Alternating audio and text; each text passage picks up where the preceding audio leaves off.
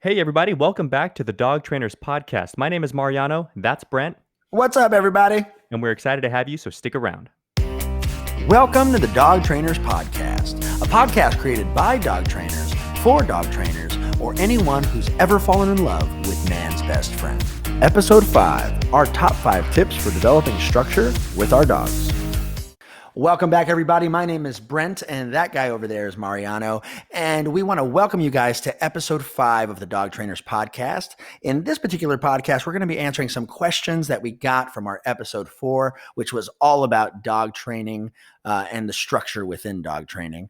People asked us, they wanted to know some real practical ways of us, how we structure our dogs on a day-to-day basis. And so what we're going to do is we're going to give you guys our top 5 answers to this question. Mariano, you want to go ahead and break it down for him? Yeah, sure. So, the 5 different things we're going to be going over today are leash walking, isolation training, duration work, structured playtime, and distraction work.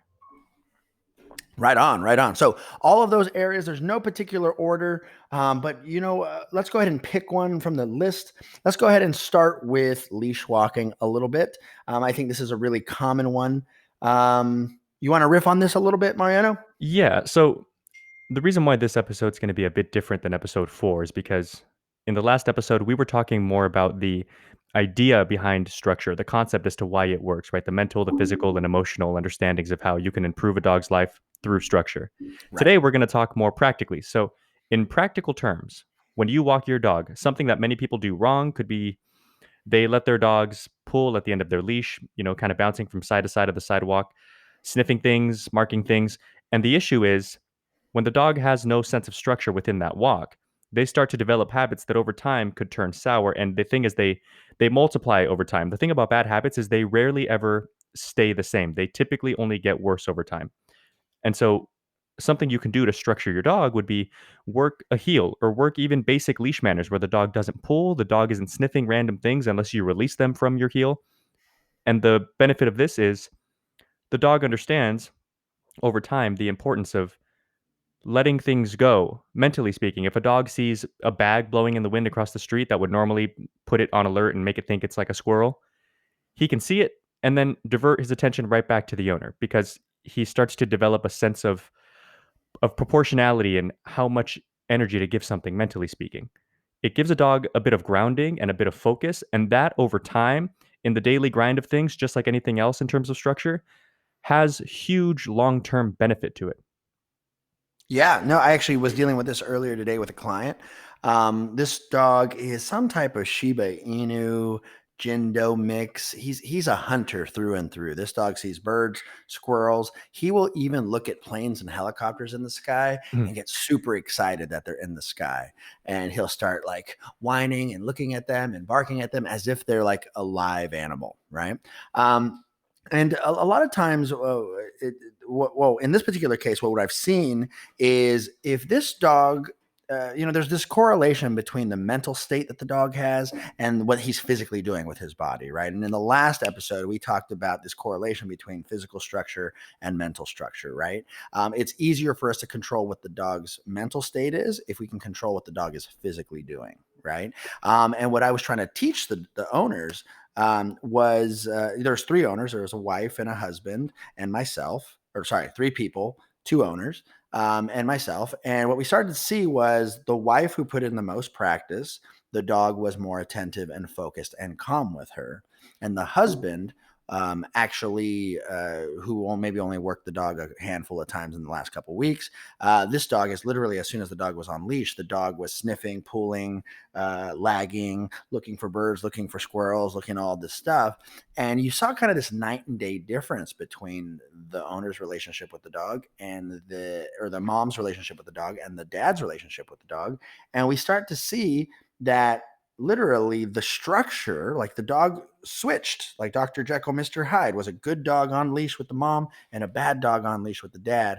And what we start seeing that the only reason that this is because of which handler is providing what levels of structure in the relationship. Right now, obviously, there is a part of this that has to do with how much we've practiced, how much we've conditioned, also the level of distractions. But what we start seeing is that owners who practice more with their dogs are automatically applying more structure physically, mentally, and therefore emotionally. Now, this is a dog I've trained just a handful of times myself, but every time that I train this dog, the dog is has to listen, is responsive, gets heavy rewards. If for any reason the dog is out of focus, I'll redirect that focus back to me. And so, what I've done is I've developed this relationship with a dog where he has to be very structured. And one of the biggest complaints I always get as a dog trainer is, why is the dog so good with you?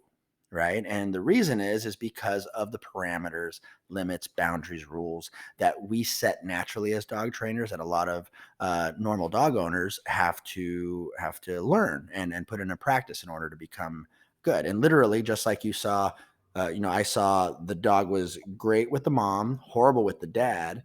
The funny thing is, when the dog handed the leash over to me, or when the mom handed the leash over to me, the dog was significantly even better with me than with the two of them. Right. And so there's this interesting thing that happens as dog trainers where the dogs tend to listen to us more upfront after training or after a few sessions, only because we speak very directly to them and we're very clear with the boundaries and limits that we set, particularly on a walk as well. Then eventually our goal is to shift that over to the family that owns them.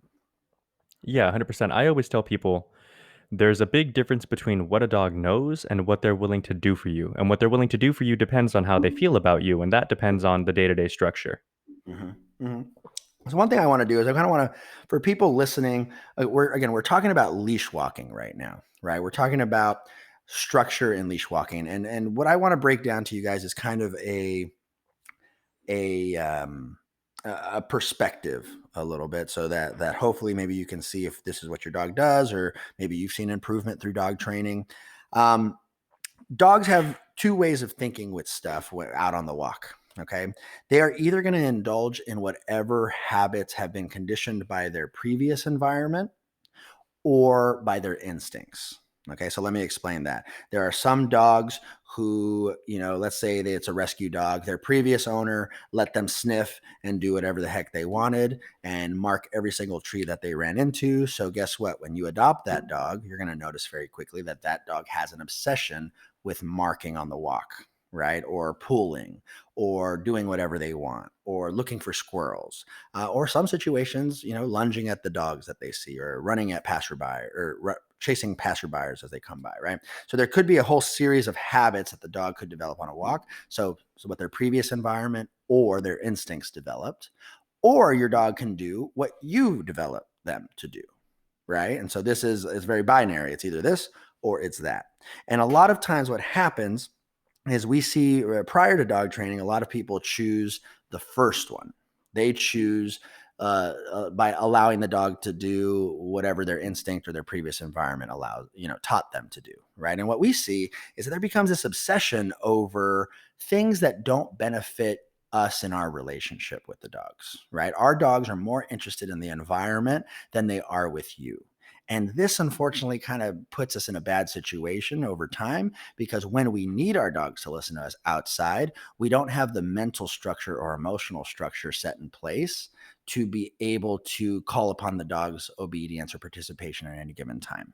Right. And so, one of the areas that all dog trainers will agree is that you have to structure your walk. And the way we structure walks, there's so many different ways of doing it. But the main goal is we have to make sure we increase engagement on walks up to the 80 to 90% of the time.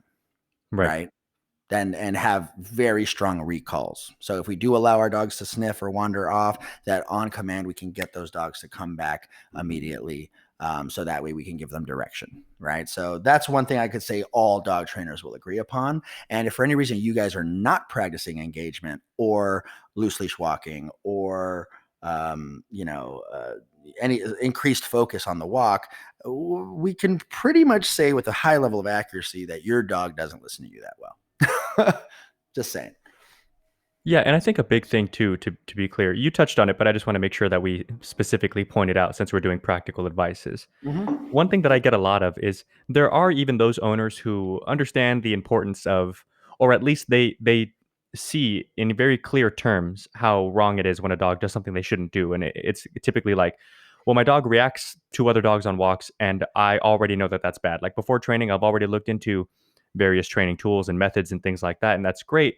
Where Hmm. they tend to fall short, though, is even if they go with a certain tool and they, let's say, correct or redirect or whatever the case in the moment, and they do it, not so poorly. They do it somewhat correctly, and then they wonder why they're still struggling.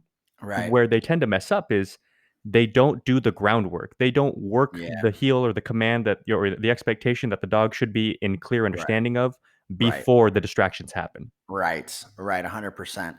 And I think another analogy is this. It's there was a podcast I was listening to, and the guy hosting the podcast, he asked the people, he was giving a lecture to fitness instructors, Mm, and he goes, "Hey guys," he goes, "So we all know the key to fitness, right? Like you guys would all probably agree it's pretty simple."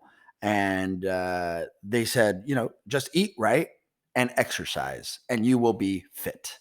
Right? It's that simple. It's that simple, he said. And everyone was like, "Yeah, true. We totally agree with that."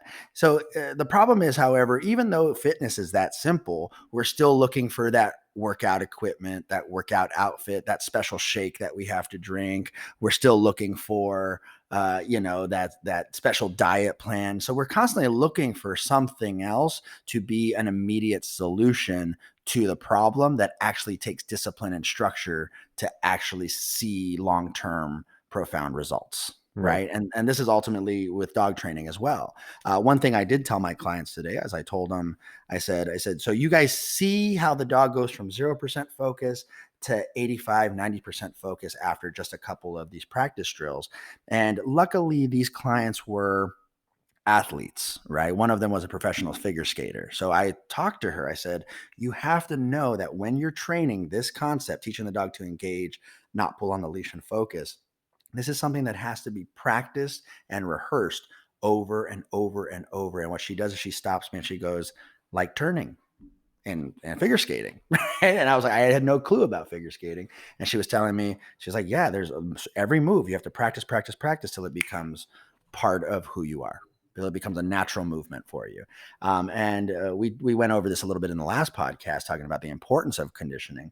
But this is so important in order for us to not only change the habit of the dog, but you're literally changing the mental and emotional states of the dog Right, as to an well. extent, even the physical. I mean, the last time I ice skated, I fell flat on my face, but it's funny, it was a stark contrast from the first couple times in that even just being on the ice, I don't know if it's you just develop certain muscles or, over time, but, like, not only was I better at skating and faster, but I wasn't as tired the next day in my legs and things like that, so in a Hmm. very Hmm. real sense, structuring a certain thing, hammering home a certain skill set or technique, even physically will change you.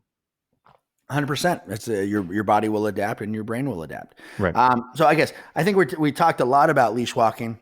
Just to recap, pretty much, if you guys have disengagement on the walk, if your dog doesn't pay attention to you for at least more than 60-70% of the walk, there will be a problem in the behavior with you and your dog. Right. If you guys need help, reach out to a local dog trainer and ask them to teach you how to do it.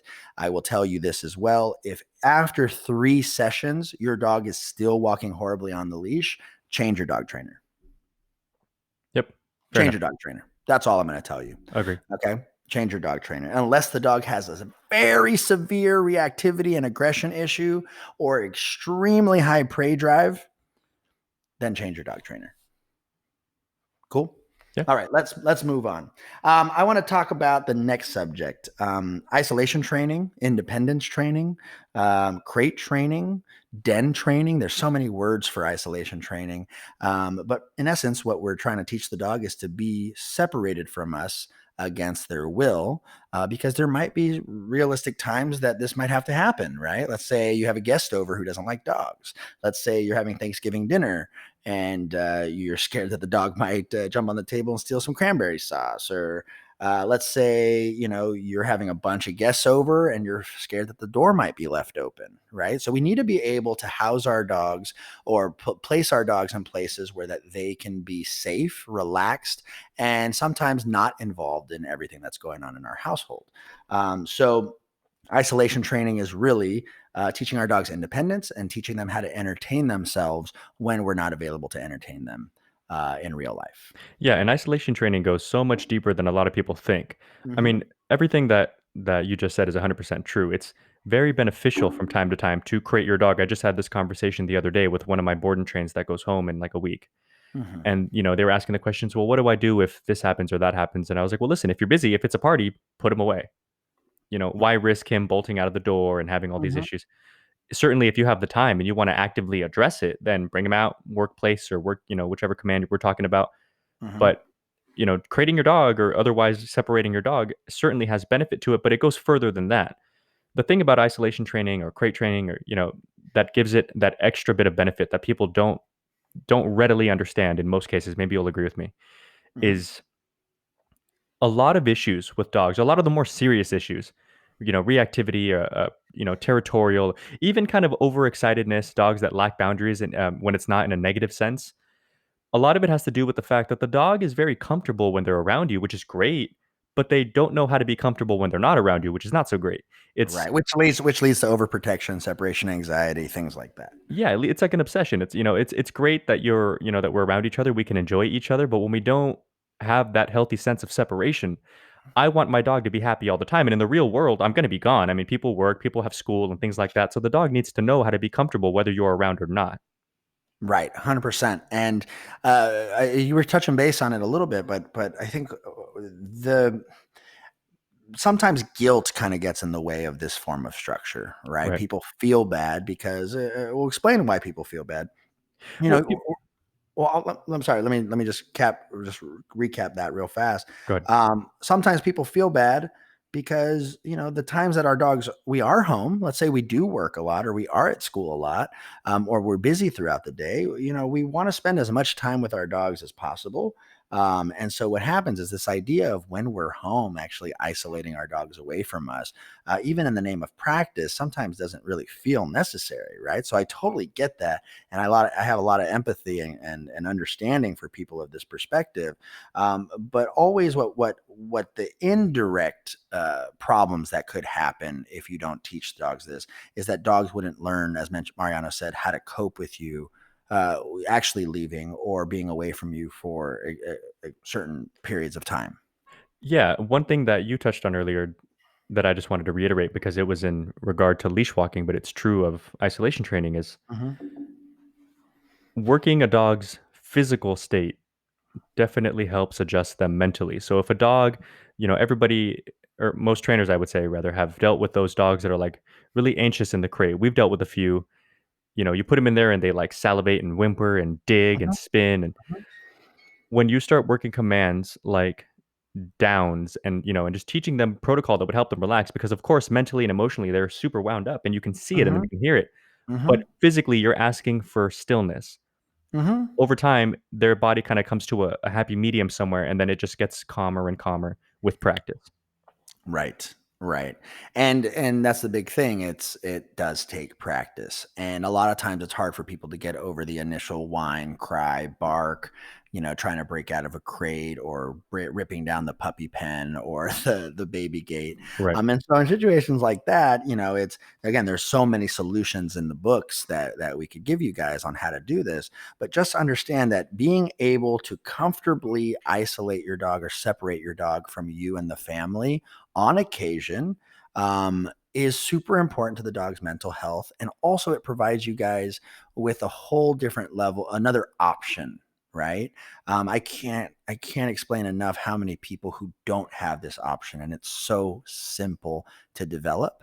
I even had, one of my trainers when she first started with me. She has two dogs, and one of those dogs would come to work every day. And her first week, I noticed that she just let the dog kind of walk around everywhere. And I was like, "Excuse you, what are you doing?" And she's all like, "Well, she gets bored and she whines." And I said, "Well, has she ever been trained to be away from you?" And she goes, "Well, she hangs out at my apartment all the time." And I said, "Okay. And does she whine or cry there?" And she's like, "No." And then I was all like, "So when you leave her at home, she doesn't whine or cry?" And I said, "So what would happen if we left her behind this baby gate in the laundry room?" Well, we did it, and the dog started whining, barking, and crying. So now all of a sudden, she's just like, "Oh my God, no, I don't want to leave the dog there." And I said, "Okay, I'm going to teach you how to train this. Understand your dog doesn't whine, bark, or cry when you leave the apartment because your dog understands that you'll come back. Right. Your dog understands that everything's going to be okay. You've trained her from the time she was little that mommy comes, mommy goes. But now that your dog is at work with you, your dog wants to be with you because it's a new environment. She gets bored. She wants to interact with you. She gets jealous that you're interacting with other dogs, et cetera, et cetera. So we have to teach her the same skill to be separated from you occasionally, even when she's at work, right? So now her dog can spend time in this area for 1, 2, 3 hours in her shift. Then she goes and takes the dog for a walk, and the dog sleeps like a baby, relaxes, chews on a bone, hangs out, where the first initial week, drooling, salivating, crying, whining. And luckily, we were able to get over that cap. But sometimes the hardest part for people is to get over that hump of the whining, barking, crying, trying to escape. Right. 100%. Right. Right. Cool. So that's isolation training, guys. We do recommend tip number 2, make sure you isolate train, den train, crate train, confinement train, whatever you call it. It all means the same thing. Teach your dog to be separated from you occasionally, and also teach them to like it with toys, food, and some fun puzzles and games. Okay. Third thing we're going to do, duration work. I like that one. You want to riff on that a little bit, Mariano? Yeah, I'm glad to start with this one because I purposely left out place command because a place command can kind of be a form of isolation training, but I wanted to save it for duration work because I think that's where you can really start to push a dog's patience over longer periods of time. So, just to touch on it very clearly, isolation training. If your dog's great in a crate, that's awesome. If you want to step it up a little bit, an example being you have a party, Super Bowl Sunday, something like that, Thanksgiving, you can bring your dogs into the corner of the room, put them in place, and leave them there. It's still a form of isolation, but they're in the room with you. But the key is don't let them use distractions in order to break that command. And it's a bit more high stakes because the dog, physically speaking, has the freedom to move, but mentally speaking, they have to learn how to bring themselves back to neutral and not break commands. Got So it. to move it on to duration work, even people who know about place commands or downstays, and I think you can agree with this too, they do them, but they always seem shocked whenever we talk about the benefit of doing them for a long time. Whenever I tell somebody, a well-trained dog that leaves my training program, by the end of it should be placing for like 90 minutes at a time Yeah. Yeah. with Simple. distraction. And people are Yep. always like, "Really?" But it's a very beneficial mental tool for the dog to have because if things are going on around them, Right. they want to engage, but they need to learn how to let these things go and relax. Totally, totally. I agree with that. And yeah, and I think let me talk about the problem I see a lot in just training in general. Again, if you guys recall back to maybe some of our other podcasts, if you guys haven't listened to our other podcasts, there's 3 stages of training. There's the acquisition of a skill or the teaching of a skill. There's the conditioning and drilling of that skill so that you can call upon it at any given time. And then there is the application of that skill in real time. Right. And so these 3 particular stages, a lot of times when people are teaching their dogs to stay, be it in a sit position or a bed position or a down position, it's only for like 4 or 5 seconds. Right. And then people reward the dog. They go, "Oh, what a good dog." They go sit. 2 seconds later, they go, "Good dog." They give the dog a treat. And so what happens is when we teach dogs to stay, a lot of times dogs will teach or are taught stay in anticipation of food. Right. And so sometimes that anticipation of food is actually what gets them to break the command. So they'll be like, "Okay, it's been 10 seconds. It's been 12 seconds. Why haven't I gotten that damn cookie yet?" Right. And so what happens is sometimes patience needs to be truly developed over longer periods of time. And we need to guide the dog into understanding, okay, if you hold it for 30 seconds, you get a cookie. If you hold it for 45 seconds, you get a cookie. If you hold it for a minute, you get a cookie. And little by little, we have to strengthen duration of time that the dog is holding the command longer and longer and longer. And what we start seeing happens when we do this, not only are we teaching the dog to be still, but we're teaching the dog to stay attuned and focused for longer periods of time on specific tasks, right? Now, in an obedience sense, this is how we get dogs to do really cool things on big open fields in front of thousands of people. You work a lot on duration and conditioning.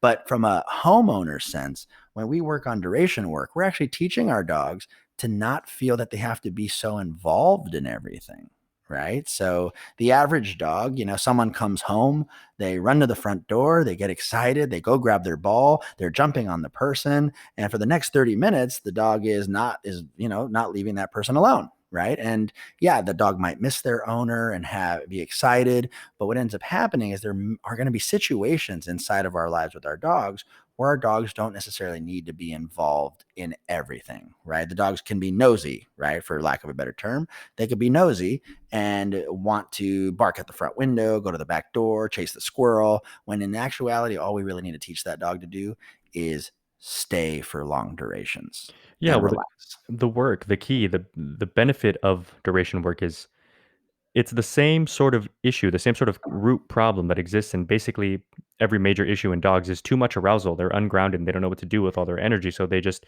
do whatever instinctually they think they should do, or like you said, whatever they've conditioned themselves to do in the past. But they're just responding to this rush of energy. Hmm. Hmm. And what you find is over time, over long periods of time, 20 minutes, 30 minutes, long place commands. When you work food with a dog, and you can work food with long duration, you'll notice when you're first starting place or bed and you place, the dog flies over to the bed, plops to the bed, and is staring at you, tail wagging, super excited, waiting for the release so they can chart, like so they can come and get the food. It's a very high energy game. Right. When you do it for, you start pushing it 30 seconds, 40 seconds, the dog 10 seconds in gets more antsy and they're kind of sitting there chirping at you and like really nervous because they just want the food so bad and they're like, it's coming, I know it. And then, Hmm. and you release. But Hmm. when you push past that barrier, I'd say like 10-minute barrier, if the dog's really excitable, like 10, 15-minute barrier, Right. they don't stay that way forever. The dog that's like shivering in utter excitement isn't going to be, they're Freaking not, out. Yeah. yeah, they're not going to be that way an hour from now. They're going to be laying there relaxing, like almost looking asleep. But the Exactly. minute you say you're released, boom, they're gone for the food, same thing. So it's a matter of teaching them to, I know you're excited and, we can strategically build up the excitement, which we'll get into in a bit. But it's Right. also a very valuable tool for the dog and for the owner to know how to bring it down. Right. Right. Now, as dog trainers, we kind of use these terms like duration work and things like that. These are just titles for them, but easier ways for you guys to understand them is patience work, right? Ultimately, the end result of duration work is teaching our dogs patience so that they have to wait for the things that they might want. So that way they understand that not always do you have to get things just because you feel like it. Right. And what duration work does, it is the groundwork and the foundation for any impulse control work that we do later. So impulse control would be like teaching my dog not to lunge at something, teaching my dog not to, go for the squirrel, teaching my dog to stop barking, right? Those are impulse control issues versus duration work is literally just teaching our dogs to be patient for long periods of time and to be able to make the right decisions over those long periods of time. 100%. I think that you're right on the money with saying that it's more to do with patience work because I think practically speaking, when I was learning how to do patience work, where Mhm. you get caught off guard is like, how do you know how long to push the dog? Right. And so it's not so much a period of time. I mean, I aim for rough guesstimates, like I'm talking like an hour, hour and a half. Could be longer, could be less. What I look for though is I start releasing dogs from place command when they relax, however long that takes. Right. And Right. as the dog gets better, then the time period gets shorter. So then what I do is I up the distractors, right? I'm either further away, longer period of time, or more distractions going on around, or a combination of the three. At Right. which point the time it takes the dog to relax once again grows to however long it's going to be. Mhm. And that's how we push it. Once the dog learns how to relax, somebody walks in the door and your dog is on edge. They don't move out of place, but they're kind of looking around a little too Mhm. excitable. Mhm. I leave them there, remind them that you need to like lay down and let it go. When they finally kind of ease back into their relaxation, then I'll release the dog. Exactly. Yeah. So you're almost making relaxation a prerequisite to engaging or investigating what's happening in Exactly. in the room. Yeah, I totally get that. I totally get that. Now, these type of concepts, guys. So to kind of just be clear, your dog does have to know how to sit first and lay down, and basic concepts of stay, right? Before we can actually start getting into real transformative duration work.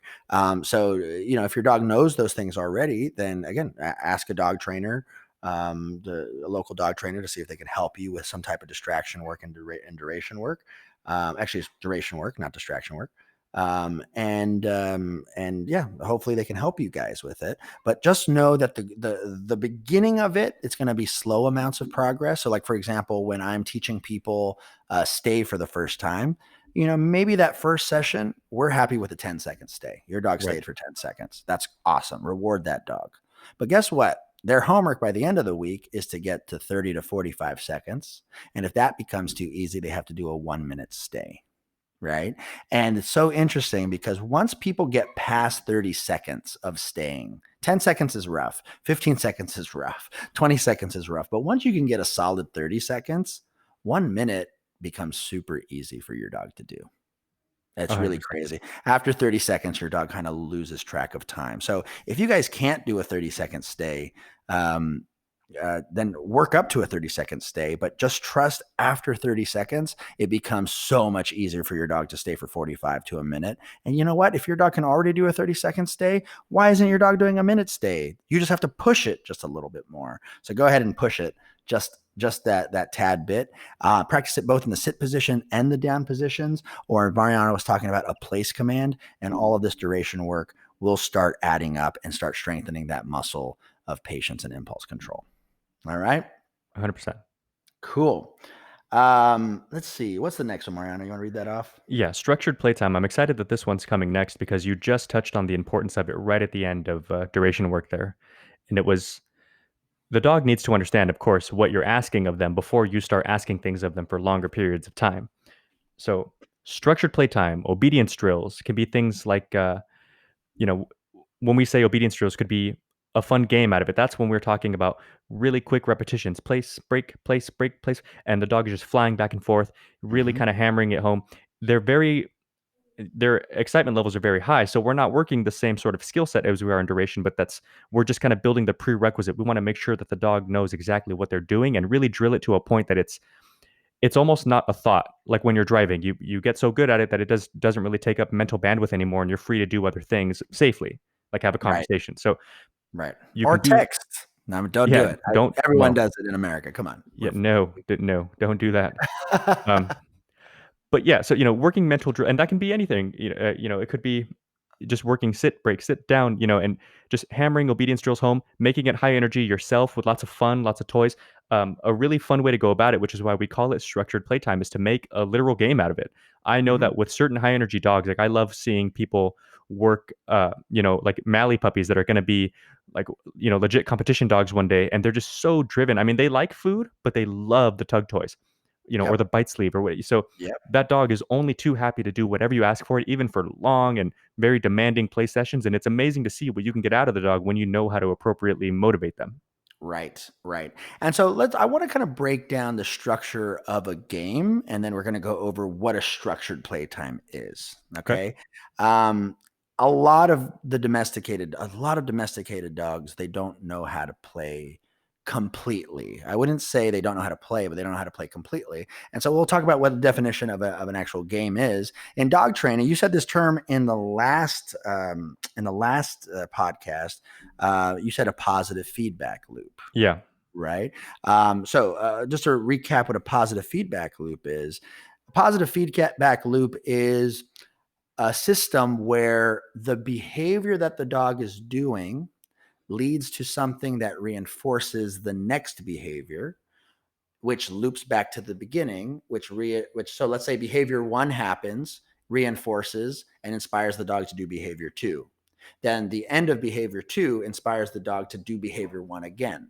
And then it triggers behavior two. And then that end of trigger behavior two triggers behavior one again. And so what you start seeing is there's kind of this loop that happens, right? So a very common one is the game of fetch, right? So I grab a dog or I grab a ball I and a throw a dog. dog. I Yeah. throw the dog. I grab a ball. I throw the ball. The dog is naturally driven by me throwing the ball to go chase it. That's behavior one. The dog puts the ball in his mouth. And now the behavior of bringing the ball back to me is triggered, which makes me throw it again. Right. So this becomes a behavior loop. So behavior one is chasing the ball. Behavior two is bringing the ball back, which starts the whole cycle over. I grab the ball and I throw it again. Right. And if we kind of see any game that people play, look at basketball. It goes to one side of the court, the other side of the court. Look at tennis. It goes to one side of the court, the other side of the court.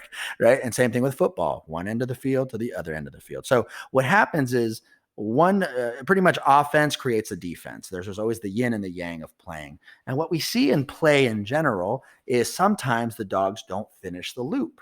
Right now, let's talk about like in the game of fetch, for example. I know a lot of clients that their dog will grab the ball, bring it back, but they don't do what? They don't They drop don't it. they don't drop it or let it go, right? So guess what you have to teach in obedience as part of the foundation? Hmm. Drop it, right? You have to teach that fundamental skill or else the loop in play is broken, right? Same thing with tug of war, right? You mentioned Mals earlier, Belgian Malinois, for those of you guys listening. But sometimes these dogs, you could have a cookie next to them, or you could have a tug toy, and they pick the tug toy 80% of the time, right? So it's really interesting because the desire, the thing that the dog likes, is to competitively tug against that toy. And it's so funny if you throw that toy away, like get out of here, and you throw it, that dog will go grab that tug toy, bring it back to you because he wants you to tug on it. Right. Right. And so this is, again, a positive feedback loop. So anytime that we train dogs or play with dogs, we have to make sure that the loop, or I call it a reinforcement loop, but there's so many names for it, that the loop is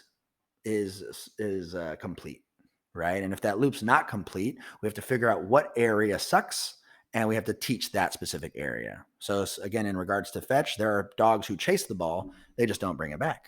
Right. There are dogs who bring toys to the owners, but if you throw it, they won't grab it, right? So behavior 1 needs to be taught, behavior 2 needs to be hot, and any kink in the loop needs to be fixed. Yeah, 100%. I can say that my personal dogs, all three of my personal dogs, now that I think about it, none of them were fetchers naturally. I had to teach all three of them how to fetch. They would either there was a disruption in the link somewhere. They wouldn't bring it back, or they wouldn't let it go, or they just wouldn't chase it in the first place. But then once I got fetch itself going, I saw over time, they'll do it. Let's say after a couple weeks, we actually get fetch going. They bring it, they drop it. But then a couple weeks after that, they're more excited because they've had time to really learn to enjoy the game. Right. Right. Right. They get comfortable with it. So again, they're kind of their mental bandwidth is free again because they're not calculating every little move anymore. It's just muscle memory now. So Mhm. then I would step it up, and now we get into structured playtime. I mean, fetch is already a structured game, like a sport, but I can add extra structure to it. Hey Simba, sit. Okay, now go get it. Down, now go get it. And I can Exactly. I can really push. I can, down, throw the ball. He sees it and he's like on edge about to break. And if he doesn't, then I release, now go get it. And you can start to make obedience out of it, but he's so driven for the ball, I don't even think he's aware that we're training so much as we're playing. Right. And here's a perspective that that the average dog owner doesn't have. Um, but it's super important, right? So you look at two sides of the spectrum. Let's say you have a dog that's very driven, loves balls, squeakers, food, you name it. In essence, to achieve balance, we have to not only play games with the dog, right? So a lot of times people will say, my dog will chase that ball for hours, and they throw the ball, they throw the ball, they throw the ball, they throw the ball, they throw the ball. And if you guys remember from our last podcast, we talked about how with certain breeds of dogs, they're just built to, when they engage in an impulsive behavior, their body gets hit with some dopamine, some reinforcing chemicals, some feel good chemicals, some adrenaline, and what happens is they get an extra boost to keep going for another 10 minutes, and they keep getting recharged, recharged, recharged. So this is more of a working breed: Vizsla, Weimaraner, Belgian Malinois, anything high drive, a terrier, something like that, right? Um, and so what happens is, on this side of the spectrum, the way we teach them to calm down or to be more balanced is through structured play, right? But on the opposite side of the spectrum, we have dogs who don't know how to play, and maybe they were never taught how to play.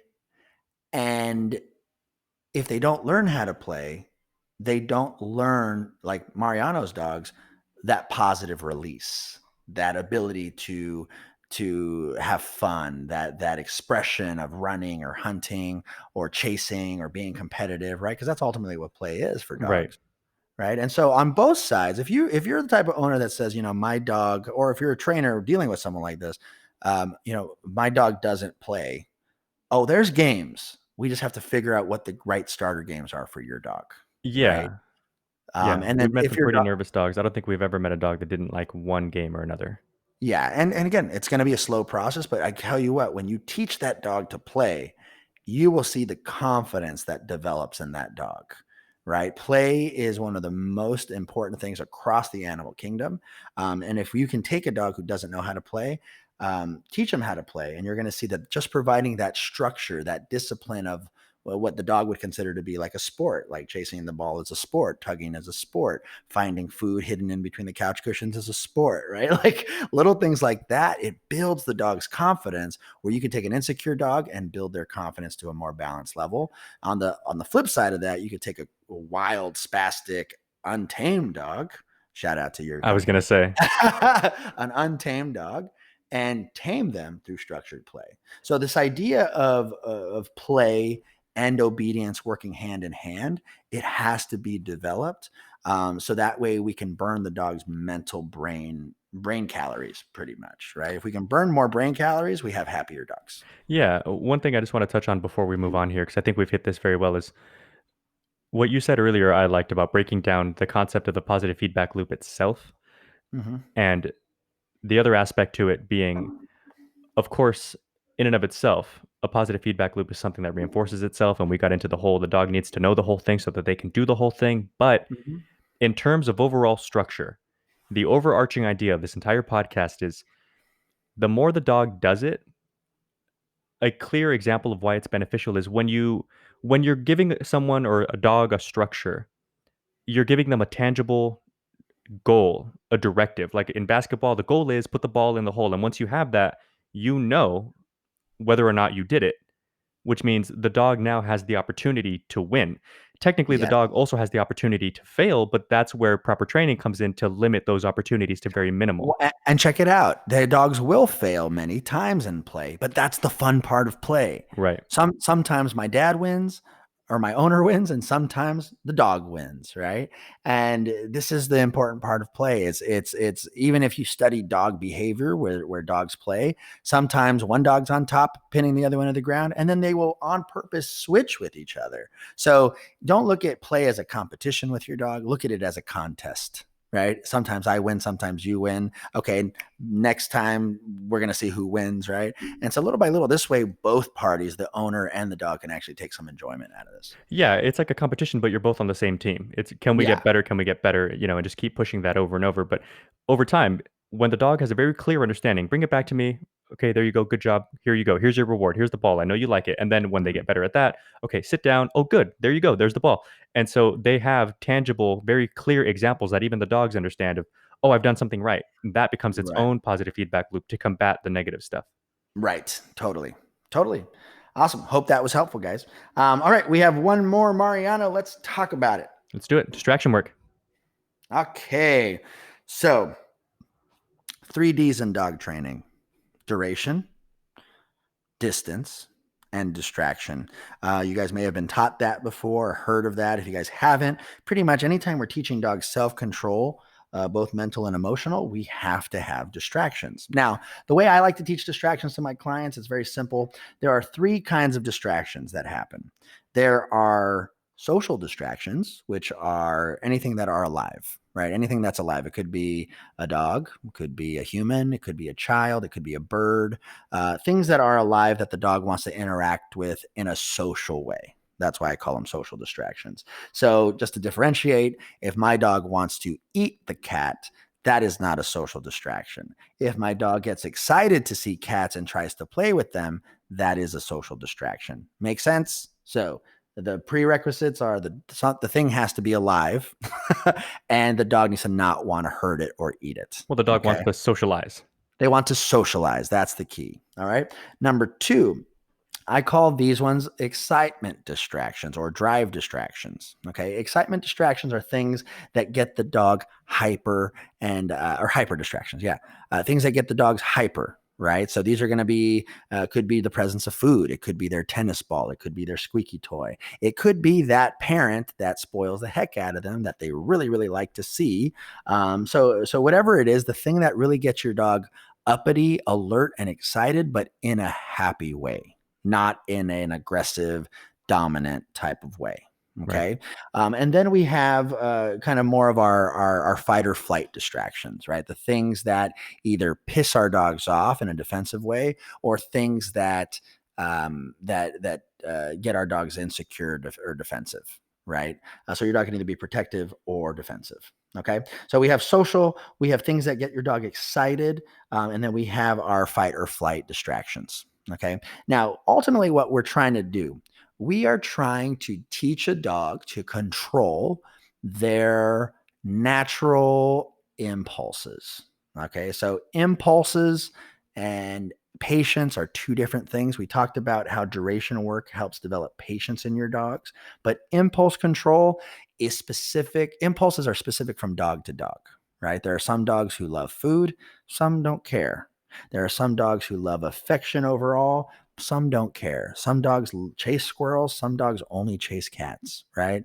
And it changes from dog to dog to dog. So when we're working with distractions, we're trying to teach the dog to fight the impulse to just go for it, right? Whatever it is. Right. And always when I work with them, I like to work with them in order: social distractions first, excitable distractions second, and then the fight or flight distractions third and last, because those tend to be some of the heavier hitters of behaviors like aggression, reactivity, biting, et cetera, et cetera.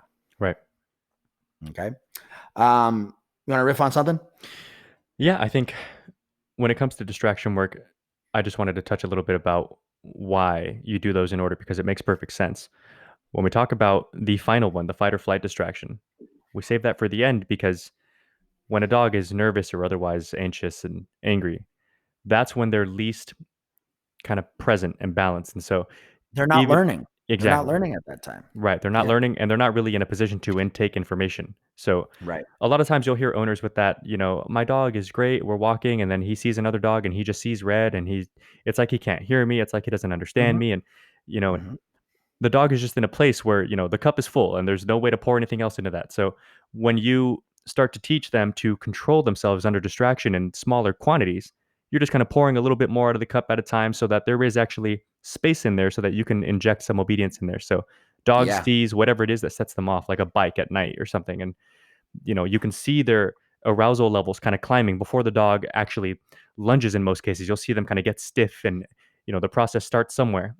And as you start to calm them down and they're in a position to actually hear you and listen, that's how you can start getting into those things. But that kind of thing takes time, which is why we save it for last.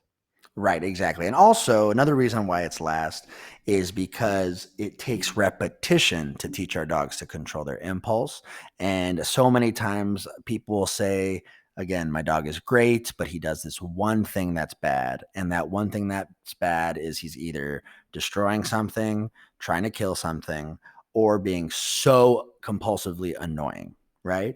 And the problem is if you try to work with the scary distractions, the things that make your dog scared and defensive, it's not going to be enjoyable work. Right. It's really not. It's not. The nature of aggression and reactivity is just not a pretty thing. So, what we do is we prime the dog's brain working with social distractions first. So that way we can do it over and over and over. Sit, stay before you say hi to mom. Sit, stay before you say hi to dad. Sit, stay before you say hi to the kids. Sit, stay before I let you off the leash in daycare. So there's sits, we teach the dogs to be and control their impulse, but in a fun way. So that way we can get a shit ton of reps in, right? Now, when the dog has passed those stages, I guarantee you your dog is now going to be primed to pass the second stage, which is the tennis ball work, the food work, the squeaker work, the skateboard work, the little children running around work, all the things that really start triggering some of his excitable impulses, right? The things that get him super happy.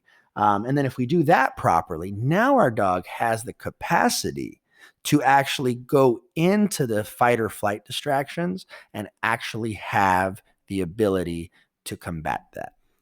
Yeah, they have a chance. When you're put under stress, there's a reason why whenever you put yourself under stress, whatever the task is, you hammer it home to a Hmm. ridiculous extent before you do. When you think of like training, like jujitsu, boxing, whatever, you train a lot before you ever compete because competition is stressful and it's scary and you're going to get hit and things happen. And so Hmm. thinking is just not going to work out. You'll be too slow. But when it's Yeah. just automatic, you have a chance to actually stay, in the zone, so to speak. Yep. Yep. 100%. So that's what we would call distraction work, right? So let's go ahead and recap these five. So leash walking, isolation training, den training, crate training, confinement training, whatever you call it. Duration work, which is getting our dogs to learn to be still for very long periods of time. We're talking 30 to 45 minutes at the end, right? Obedience and structured play, obedience drills and structured play. So structured play is make sure that you develop that positive feedback loop or that reinforcement loop where the whole loop of the play session is complete, right? And then the very last one is our distraction work that teaches our dogs impulse control, right? If you guys focus on these 5 things with your dog, and you guys are successful at it, we guarantee that just the level of cognitive thinking that you can see your dog doing, that the level of loyalty, the level of peace of mind that the dog has in their everyday lives, and most importantly, they're going to be more enjoyable for you guys. They're going to be more enjoyable. That's the most. My biggest mission as a dog trainer was teaching people that they can do so many things with their dogs. Take them to parks, take them off leash, take them to a friend's house. If you put the work in, like these are the types of things that we strive for. I'm a big believer. The more involved the dog is in your life, the better dog you're going to have. Right. A lot of times those people don't spend time with their dogs because, to be honest, they're not controllable or they misbehave in certain circumstances. So Right. if you guys practice these 5, we know that your life will be so much better on a very emotional and practical level. Yeah, and a big key of that too is the dog's life will be better as well. So a big Mhm. goal of mine all the time is helping people understand. Of course, obedience has its obvious benefit in terms of the owner. I mean, no one need to explain to an owner why it's better for them if their giant dog doesn't pull them down the street and like knock them over. But the thing is, from the dog's perspective, when they know these things, they have these skill sets kind of add to their tool belt. They're calmer, they're happier, they know how to be a little more resilient with the ebb and flow of life because things, these distractions come and go. Mhm. I just wanted to point out very quickly before we wrap up here the last 3 points: duration work, obedience drills, and distraction work. Once you get to the point in training to where your dog is very competent in all three, you can really you can take the like the I'm losing my words here. You can make it even tougher by mixing them in rapid succession. So I'd go from, Mhm. you know, obedience drills, place, break, and the dog is nice and excitable because I'm releasing very quickly and rewarding very like profusely, lots of food, lots of playtime. And then right in the middle of it, I cut it with a long place command. So the dog is just excited because we just did a bunch of repetitions, and then Mhm. they're going to have to sweat it out until they relax, at which point I'll release them again, do it again, bring them up, Mhm. bring them down, and you can really kind of round them out. Yeah, and it's really cool. Those of you guys who've ever done interval training, be it at a gym or a private trainer, the hardest type of training is the one where you're going for 20 seconds, take a 10-second break, and then go for 20 seconds and then take a 10-second break. Right. Where you have to go run a lap, come back, do some bench presses, think of Tabatas, think of, any type of interval style training. That is not only physically exhausting, it is mentally exhausting as well. Right. And so that's probably going to be the best ways to work with your dog, is what Mariano's saying. 100%. Cool. Well, we really are so excited that you guys stayed and listened to the rest of this podcast. Again, this is episode 5, our 5 top tips on how to structure our dogs in everyday life. If you guys have any questions or comments, please leave them down here below on the YouTube channel. If you guys have any other questions that you guys want to ask us in private, please go ahead and instant message us on direct message us on Instagram, or go ahead and email us down here at the emails below. We're going to go and leave them there. And this podcast is just short of an hour. But we really hope that this was really helpful for you guys. If you guys have any questions about behavior or dog train or anything that we also talked about, write us those questions and we're be excited to reply back to you guys. All right. We'll see you guys soon. You take care. Thank you for listening to the Dog Trainers Podcast, a podcast created by dog trainers for dog trainers or anyone who's ever fallen in love with man's best friend.